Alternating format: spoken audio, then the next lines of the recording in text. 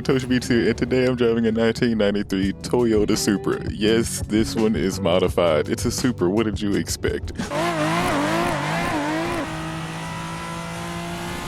This one, in particular, is the Time Attack Supra. This is the one that you get when you download the Japanese car pack on the Seto. This one makes over 600 horsepower. It's a little unruly, yes, but it is a Time Attack car, and it's set up to kind of sort of handle a little bit.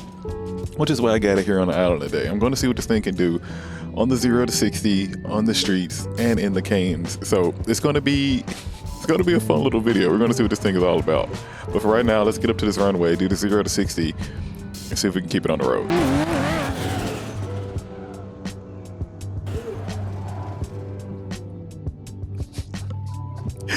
Oh boy. Alright, hold on there. Look, boost is set to 100, so hopefully, like I said, I can keep this thing on the road.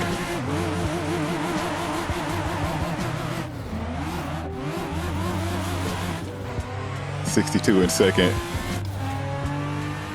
Yeah, there it is. Okay, alright, big brakes. But I'm not going to play that game. Made it to 130 very quickly.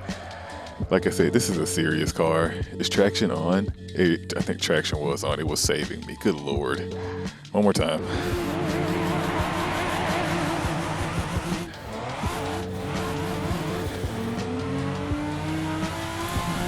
Yeah, first and second just spin. Okay, all right. So easily, probably one of the faster cars that I've had on this runway, but it's.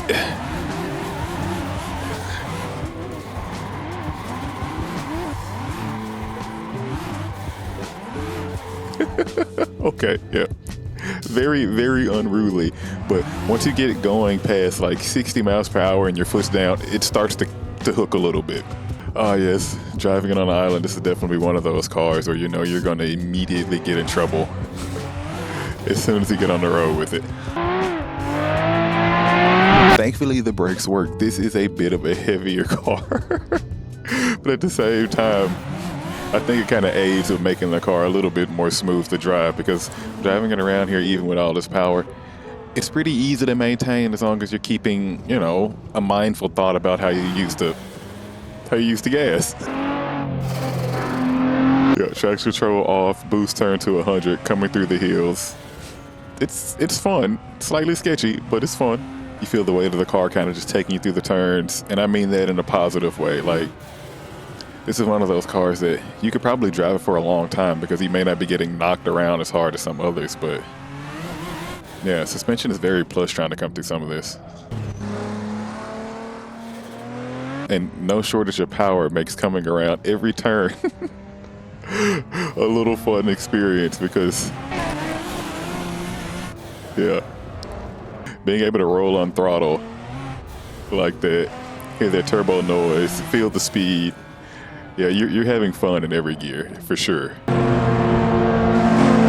And because of how this car drives, I think that's mainly what ended up happening.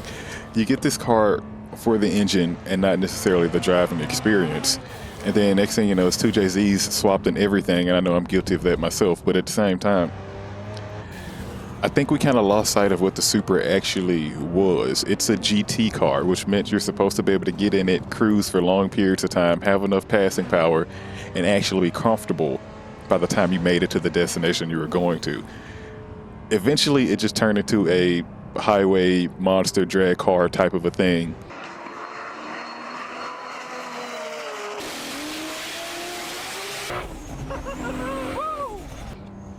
And everybody just realized you can make a ton of power with that. Not a bad thing, but it's easy to make too much power to the point where the car is not drivable anymore.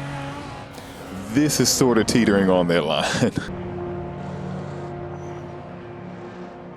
So remember that when you're driving this, smooth inputs at all times, because this car, it wants to go all the time. It will send you off the road or up the road, depending on how ready you are. Part of me wants to say, I don't think I've been this frightened in a while trying to drive through the islands in a car this fast. Like, it can definitely do it. It can do all of it and some.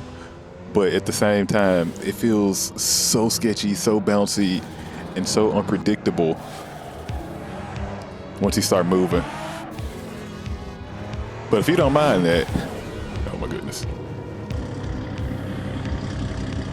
Point proven, this is a wild little car, I promise you. You're gonna have a fun time driving this thing, but for the most part, you're gonna be battling it, trying to keep it on the road, especially in a bumpy setting like Union Island.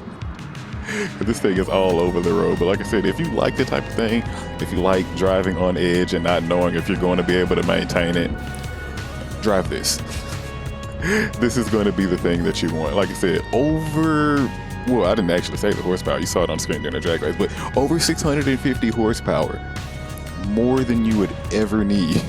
I promise you. But all right, everyone, you know what I like to say. Like, comment, subscribe, and I will see you in the next car. I'm going to keep trying to wrangle this thing around this island, and hopefully I don't drive off the road again.